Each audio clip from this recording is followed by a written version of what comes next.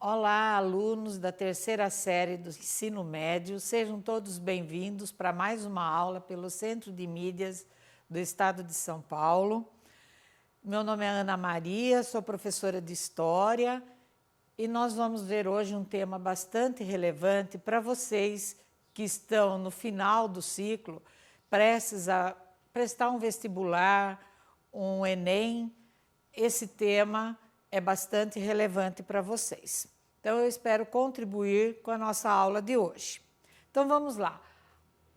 O nosso tema é Guerra Fria, né? Então, vamos ver do que trata esse tema Guerra Fria, né? Essa expressão Guerra Fria, que percorreu mais da metade do século XX aí, tá? Bom, primeiro nós vamos ver as habilidades da nossa aula de hoje. Qual é o propósito? Reconhecer, tomando como base textos de natureza diversa, as principais características do período da Guerra Fria.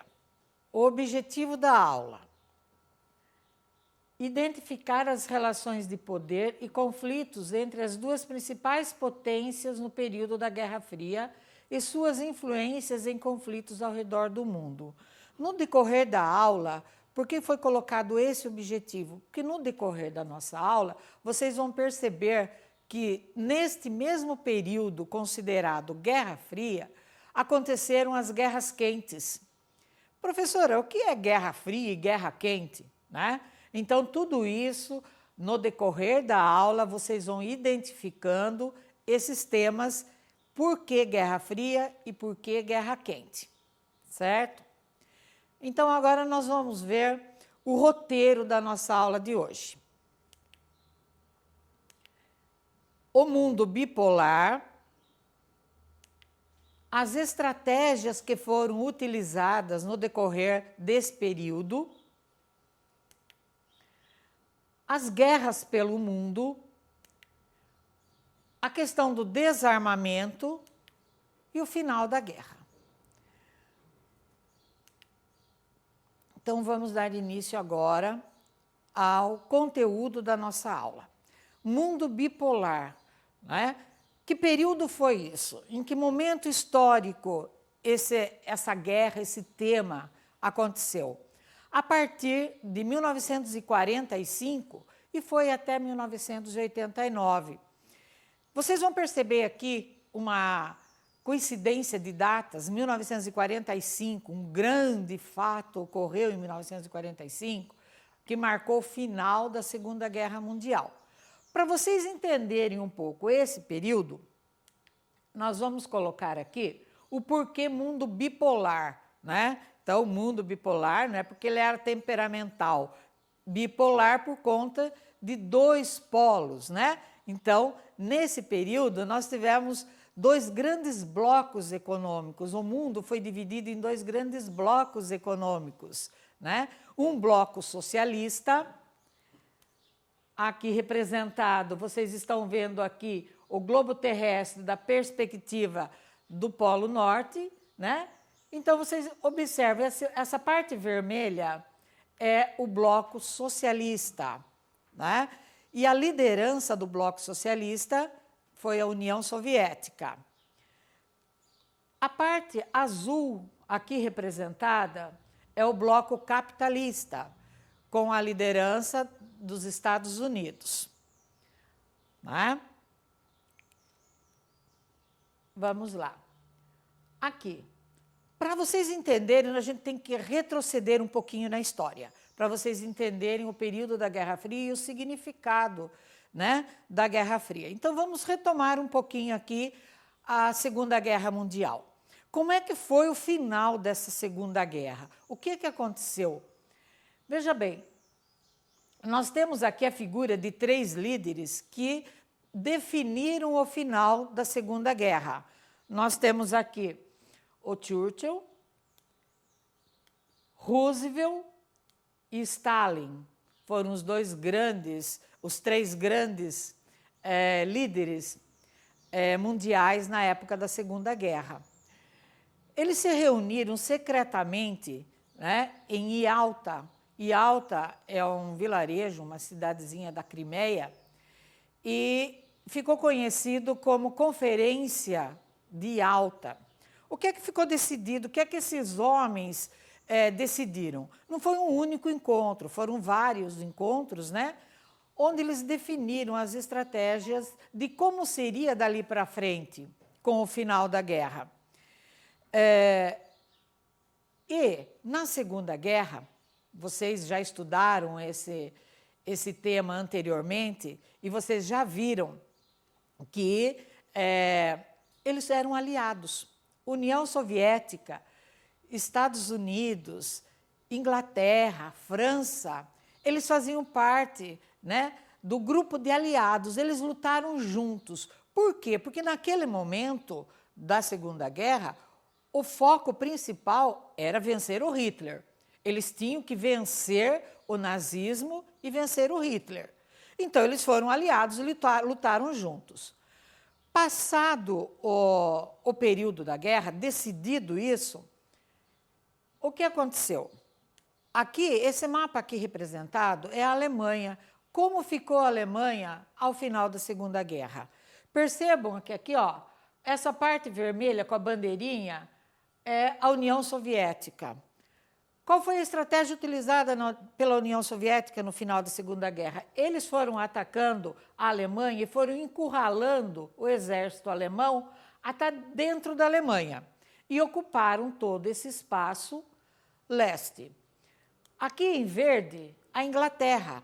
O exército britânico, ele atacou aqui pelo leste, parte superior leste, e invadiu também o território alemão e ocupou todo esse espaço.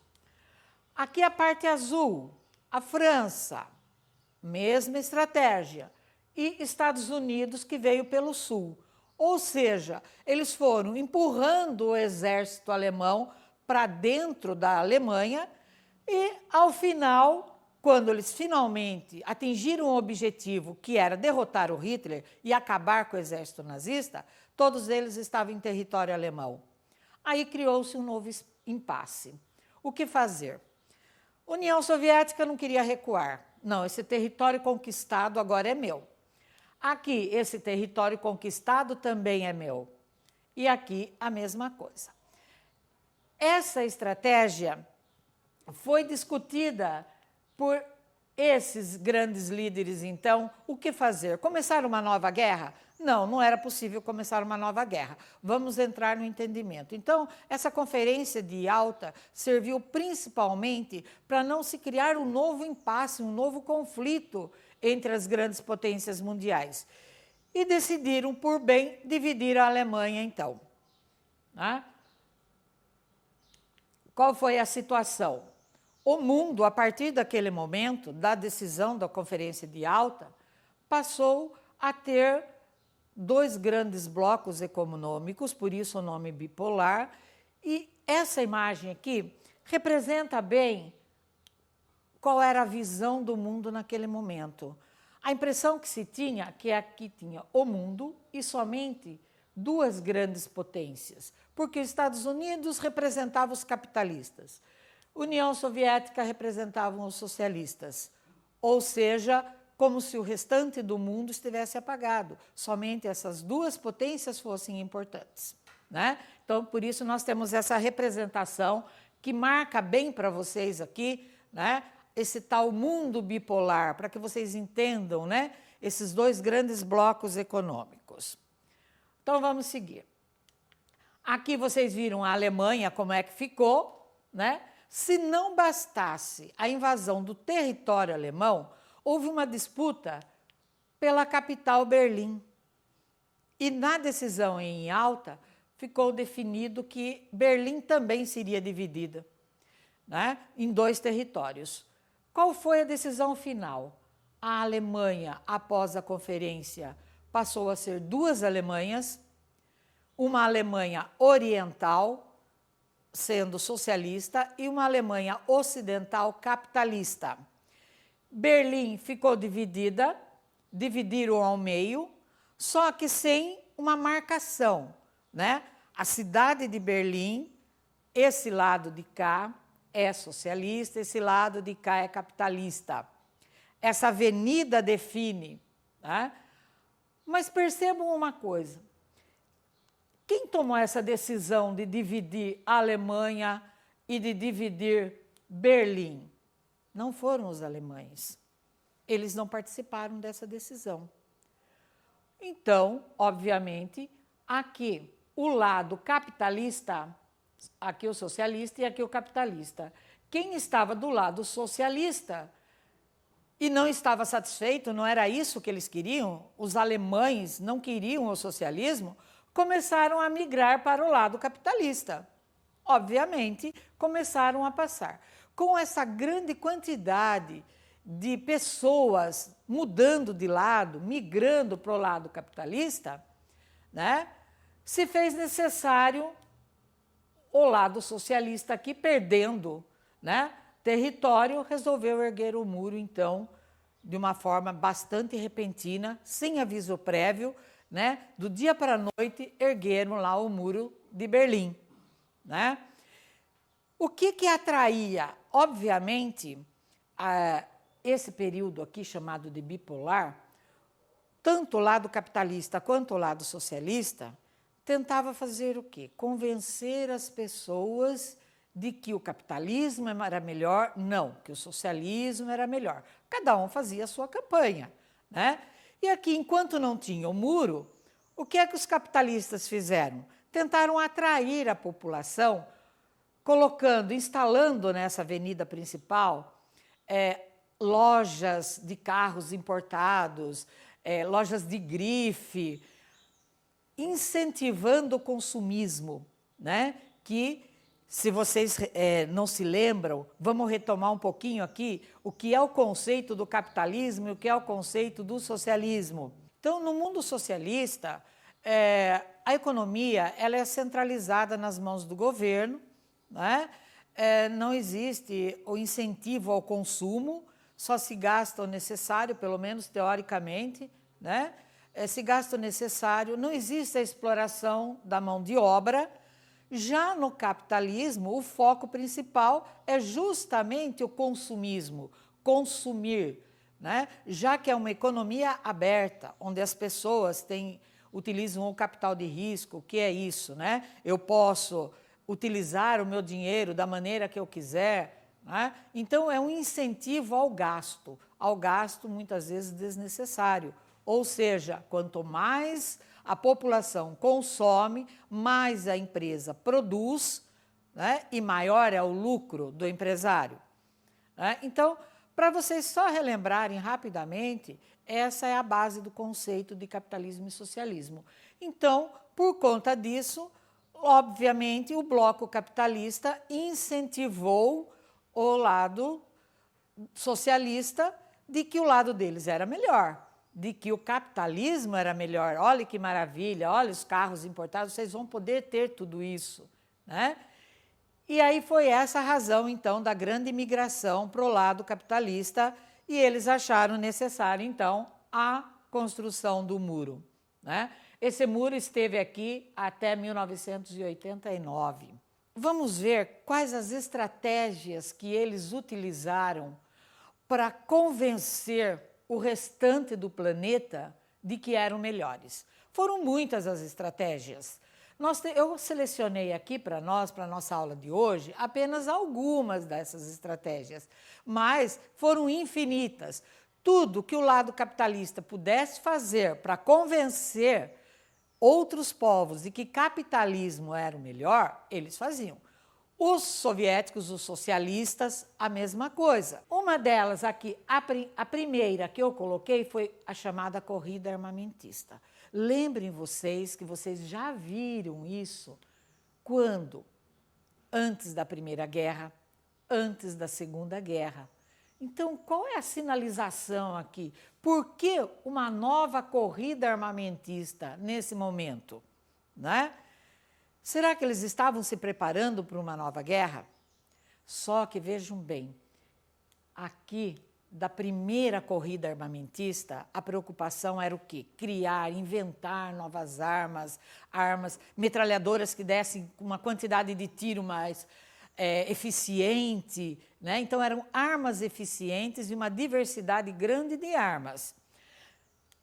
Entre a Primeira e a Segunda Guerra, nós tivemos um intervalo de 20 anos. Esses 20 anos, eles também aprimoraram ainda mais as armas. Vejam que na Primeira Guerra Mundial, os aviões pela primeira vez foram utilizados. Então a tecnologia dos aviões na Primeira Guerra era muito precária, tinha aviãozinho até de madeira. Já na Segunda Guerra, os aviões já eram muito mais modernos, adequados para carregar armas e munições e fazer um ataque aéreo, tanto é que o estrago foi muito grande na Segunda Guerra. Passada a Segunda Guerra, em que estágio eles estavam aqui? Que tipo de corrida armamentista foi essa? Armas nucleares. Eles já estavam no estágio de desenvolver armas nucleares. Tanto é que o que marcou o final da Segunda Guerra Mundial foram as bombas atômicas que foi soltado em cima do Japão, né? Então, eles já investiam em armas nucleares e essa corrida armamentista aqui foi justamente em cima disso. O que era isso? Desenvolver armas com capacidade de destruição cada vez maior. Os dois blocos econômicos, tanto o capitalista quanto o socialista, a preocupação era essa. Não, eu preciso desenvolver algo ainda superior para combater os capitalistas. Não, eu preciso me defender dos socialistas. Por isso eu preciso de armas muito possantes. Chegaram onde aqui? Chegaram num estágio que essas bombas não poderiam ser utilizadas. Elas tinham tanta potência, tanta capacidade de destruição, que não puderam ser utilizadas. Aí aqui vocês já vão começar a perceber o primeiro sinal do porquê Guerra Fria. Porque foi uma guerra somente de nervos, de ameaças, mas eles não poderiam chegar a vias de fato. Se um, de fato, atacasse o outro, seria a destruição do nosso planeta. Estão entendendo o porquê da Guerra Fria? Mas vocês vão entender melhor ainda mais para frente. Outra grande competição entre os dois blocos, corrida espacial. Isso a gente pode considerar como positivo, porque as experiências feitas nesse período em cima da conquista espacial, das experiências, né, das naves espaciais, trouxe um grande avanço na ciência, né? Aqui, a União Soviética foi o primeiro bloco a enviar alguém para o espaço. Então, nós temos o Yuri Gagarin, que foi o primeiro que deu a volta em torno do planeta Terra, que constatou que a Terra era azul e aquela maravilha toda. Como que o bloco capitalista podia ficar por trás disso? Imagine, meu ego, eu tenho que mostrar que eu sou melhor, né? E aí, então, não, vamos correr atrás do prejuízo. União Soviética mandou o primeiro homem para o espaço, nós vamos mandar o primeiro homem para a Lua. Investiram nisso e mandaram o primeiro homem para a Lua. Então, o primeiro homem a pisar na Lua foi um estadunidense, né? Enterraram lá a bandeira dos Estados Unidos como se a Lua pertencesse a eles, né? Tá? Então, e essa corrida aqui não parou por aí. As pesquisas espaciais continuaram por um longo tempo, né? Isso trouxe um grande benefício para a tecnologia, né? Então, vamos considerar isso aqui negativo, mas aqui nós temos algo que contribuiu, algo de bom nesse período. Outra competição, o serviço secreto. Então, criou-se, treinou-se agentes secretos, né? O Serviço de Espionagem, Estados Unidos criou a CIA e a União Soviética criou a KGB. Os dois lados, como a União Soviética se fechou, né?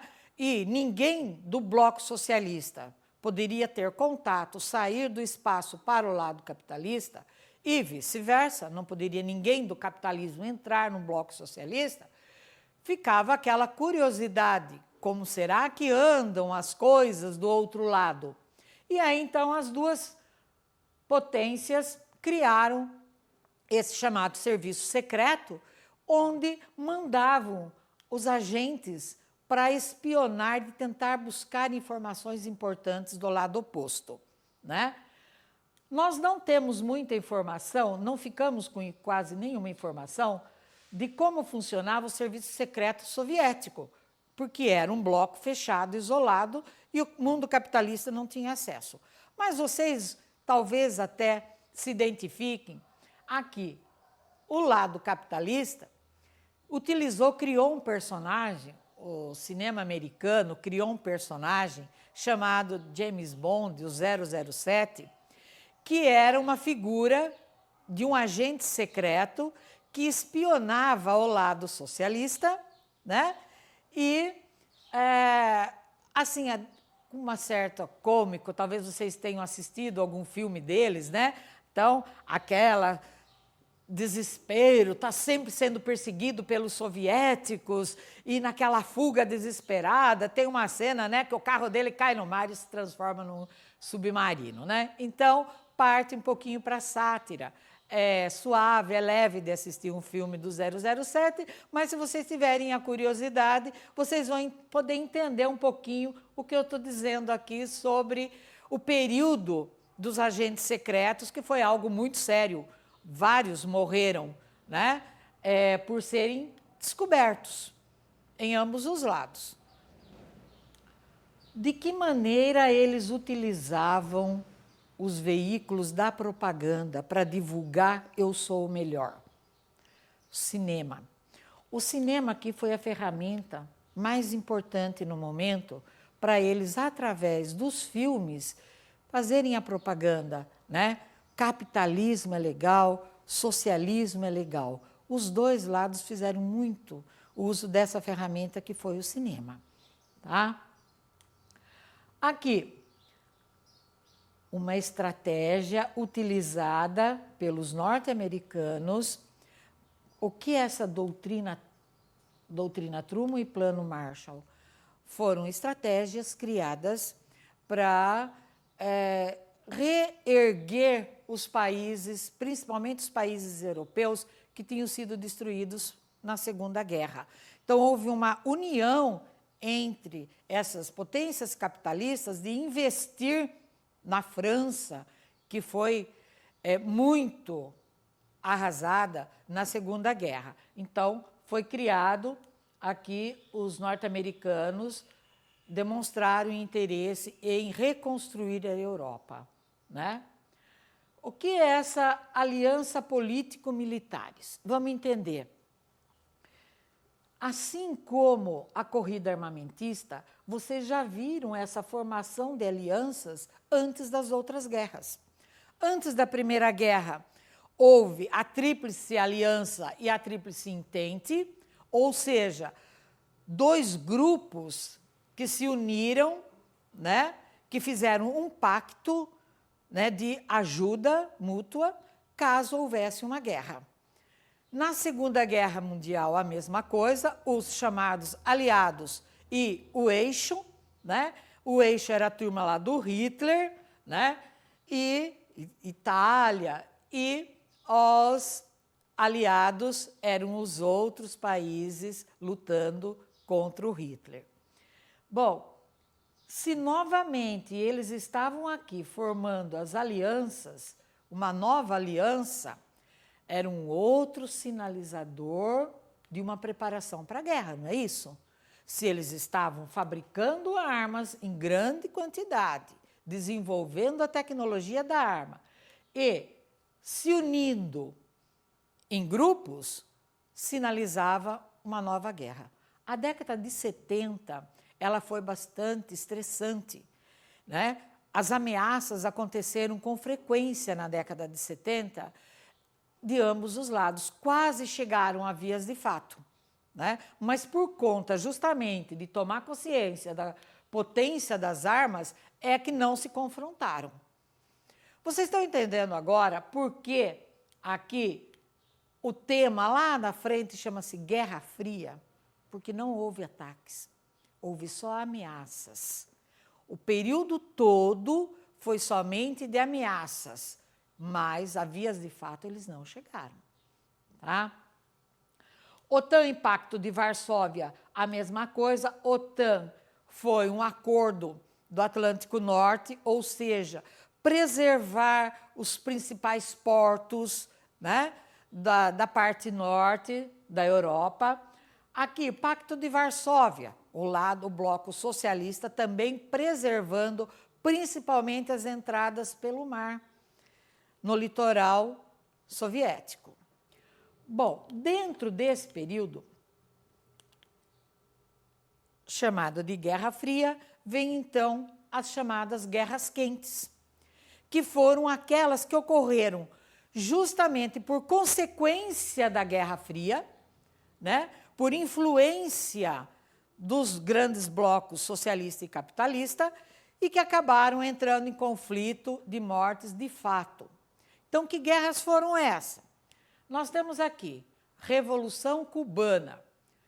Cuba, um pequeno país na América Central, muito próximo dos Estados Unidos, que era a grande potência capitalista na época, o foco do capitalismo. E como é que funcionava lá a questão política, social e econômica de Cuba nesse período, nesse momento histórico? Cuba era praticamente o quintal dos Estados Unidos, vamos falar assim. Prestem atenção, vejam bem, um país onde existiam os cubanos, mas que os grandes latifundiários de Cuba, os proprietários de terra em Cuba, eram estadunidenses.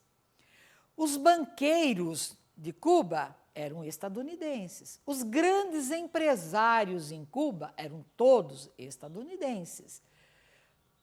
O presidente da República de Cuba foi indicado pelos Estados Unidos. Ou seja, era um território totalmente manipulado pelos estadunidenses. Aí, em 1959, sob a liderança de Fidel Castro e com o auxílio do Che Guevara, eles fizeram uma conscientização da população com relação a isso, porque o povo trabalhava um salário tão irrisório que era praticamente situação de escravidão, e aí estavam todos insatisfeitos e faltava alguém, então, para liderar uma revolução. Lembrem que uma revolução é o quê? É quando toda a população se revolta contra o poder. Foi o que aconteceu em Cuba. Fidel Castro liderando essa revolução, saíram vitoriosos em 1959, vejam bem, já tinha se passado alguns anos aí de Guerra Fria, né? E em 59, através da Revolução, Cuba derrubou o poder, Fidel Castro assumiu o cargo, implantou o socialismo, passou a receber apoio da União Soviética e se mantiveram socialistas, são socialistas até hoje. Tudo bem que Fidel Castro, muitas vezes vocês podem estar pensando, né? Poxa vida, professora, mas o socialismo é bom ou é ruim? Porque Fidel Castro foi um ditador, ele esteve lá até o final da vida dele e passou o comando para o próprio irmão, para o Raul, que está lá até hoje. Olha, vocês têm que entender que o socialismo real é um e o socialismo ideal é outro. Aquele socialismo do Karl Marx, dos livros, desde o início na União Soviética não foi possível. Eles tiveram que fazer o quê? Uma adaptação do socialismo para que ele, de fato, acontecesse. Isso desde a União Soviética. Então, o fato de Fidel Castro estar como líder e implantar uma ditadura, não podemos julgar. Temos que avaliar se não era uma estratégia de defesa contra um possível ataque dos capitalistas, né? Então, aí fica a opinião de cada um para vocês. Aquele que tiver mais interesse, então, depois vai buscar mais informações sobre a Revolução Cubana. Um outro fato aqui, Guerra do Vietnã. Então, para quem não tem na memória, o Vietnã é uma pequena península que faz divisa com a China, né, lá na Ásia. E vizinho, eles têm lá Laos e Camboja. Essas três regiões formavam uma colônia francesa até a Segunda Guerra Mundial. Após a Segunda Guerra, a França se enfraqueceu, estava empobrecida e deu a independência para eles. O que aconteceu com o Vietnã a partir do momento da independência? Se dividiu em dois países. Por quê? Porque a população vietnamita estava dividida nas suas ideologias. Por influência, talvez da China ou da própria União Soviética, o lado norte queria, a partir da sua independência, que o Vietnã fosse um país socialista. Já a parte sul não queria, não concordava, queria o socialismo, o capitalismo. E aí, então, eles resolveram iniciar com dois Vietnã. Em algum momento histórico, vocês vão perceber que o Vietnã eram dois países, Vietnã do Norte e Vietnã do Sul. Vietnã do Norte, socialista, Vietnã do Sul, capitalista. Mas não adiantou dividir o Vietnã em dois países, um socialista e outro capitalista. Os socialistas insistiam que o Vietnã teria que ser unificado, ser um único país e socialista. Criou-se no lado norte grupos de guerrilheiros chamados de Vietcongues, né? Quem eram os Vietcongues? Eles eram guerrilheiros mesmo, um exército paralelo criado para atacar o lado sul, né? Diante disso, quando começou o conflito em 1955, eles receberam apoio do Bloco Socialista e do Capitalista. Mas que tipo de apoio? A União Soviética enviava armas, fazia treinamento com esses Vietcongues para treiná-los para uma guerra. Os Estados Unidos tomou essa mesma postura com o lado sul. Treinava soldados, enviava armas para os soldados do Vietnã do Sul. Mas essa situação perdurou até 1963, com a morte, vejam bem, começou o conflito em 1955. E em 1963, o presidente dos Estados Unidos sofre um atentado e morre, o presidente John Kennedy. A partir da morte do Kennedy, essa era a política daquele presidente até aquele momento. Com a morte dele, o que substituiu tomou outras regras e deu outro rumo para essa guerra do Vietnã. Os Estados Unidos passou a enviar o próprio exército estadunidense para lutar no Vietnã. A partir de 1964, final de 64, 65, o exército americano invadiu o Vietnã e foi lutar para defender o lado sul. A guerra se intensificou, muitas mortes, e muitos soldados americanos morrendo. Eles ficaram 8 anos nesse conflito, nessa guerra, né? Até que um dos repórteres que fazia a cobertura da guerra, dizem que propositalmente, deixou vazar imagens, fotografias da violência dessa guerra. Obviamente, os estadunidenses já estavam preocupados, muito preocupados, incomodados com a quantidade de soldados mortos nessa guerra. Mas eles não tinham muita noção da violência da guerra. Os Estados Unidos chegou lá achando que em 3 tempos eles iam derrotar os Vietcongues, né? Afinal de contas, o Vietnã não tinha um exército significativo. Já os Estados Unidos tinham um exército fortíssimo, famoso, que botava medo em todo mundo, né? E chegaram lá achando que essa situação ia ser resolvida muito rapidamente, mas não foi o que aconteceu. Eles não conheciam o território, eles não conheciam as estratégias, as florestas, os mangues, né? A situação geográfica foi pego de surpresa para eles, foi uma surpresa para eles e foi um inimigo importante nesse conflito. Então, eles chegaram lá achando que iam resolver isso rapidamente e perduraram por 8 anos guerreando com os Vietcongues. Aí, a violência era muito grande, porque eles invadiam aldeias, eles matavam crianças, velhos, senhoras, porque eles, com a alegação, com a justificativa de que esses camponeses humildes davam proteção para os Vietcongues, para os grupos de guerrilheiros, e eles é que protegiam os Vietcongues. Se vocês forem estudar mais a fundo essa guerra, vocês vão ver que as estratégias deles eram subterrâneas. Os Vietcongues, eles criaram uma nova cidade praticamente, eles se comunicavam tudo por baixo da terra. É muito interessante. Busquem, nós não temos tempo de se aprofundar aqui, mas busquem que vocês vão ficar surpresos com as estratégias dos vietnamitas, né? Aí, vazando essas imagens, eu não sei se alguém aqui já viu essa imagem, de uma criança, de uma menina de 8 anos correndo nua de braços abertos. O que significa essa imagem? Essa imagem correu o mundo na época e chocou a humanidade. Por quê?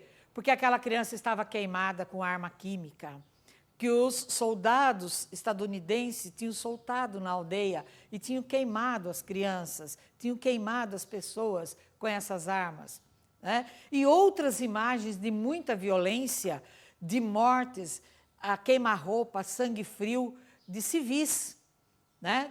Totalmente desarmados.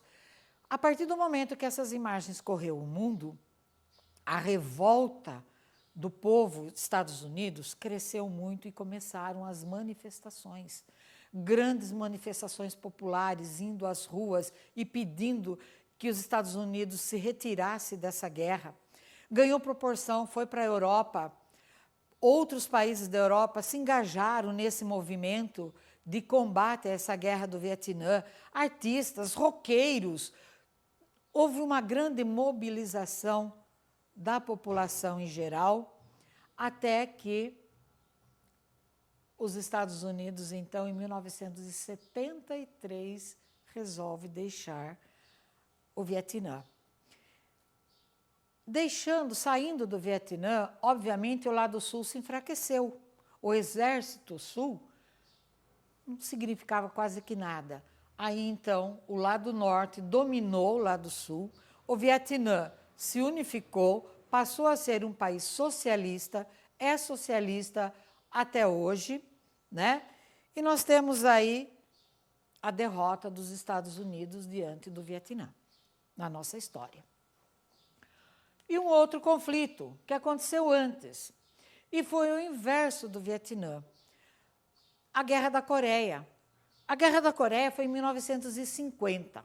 A Coreia também, uma outra península, fazendo divisa lá com a União Soviética, com o grande bloco socialista, recebendo influência do socialismo, passou a guerrear, né, a disputar o poder para implantar o socialismo.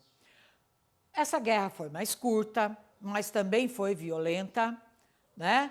Porque foi uma guerra civil. O que é uma guerra civil? Lembrando que na guerra civil é a população dividida nas suas ideologias e lutam entre eles, né? Então, são da mesma nação e disputam o poder.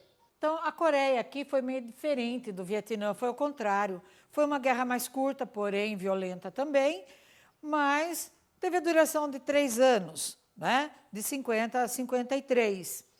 E na Coreia era um bloco só, né? Onde a população estava dividida em suas ideologias, uma parte queria o socialismo, a outra o capitalismo. Houve o confronto entre eles, venceu o lado socialista, mesmo assim a Coreia se dividiu, ficando Coreia do Norte socialista e Coreia do Sul capitalista, que é assim que se mantém até hoje.